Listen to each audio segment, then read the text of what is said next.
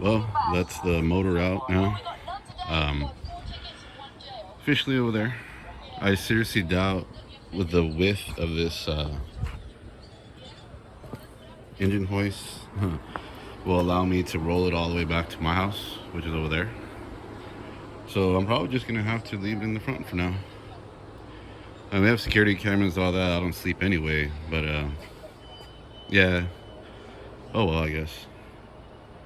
I'm gonna lock it up all together the same with another chain, but or as far as maybe I'll just lock this front gate here and leave that one open. But yeah. Anyway, good bids. It's time to go clean myself up and get to the liquor store. And when I come back, go ahead and take this thing apart from the transmission, the engine. So we'll see what all that's gonna actually entail.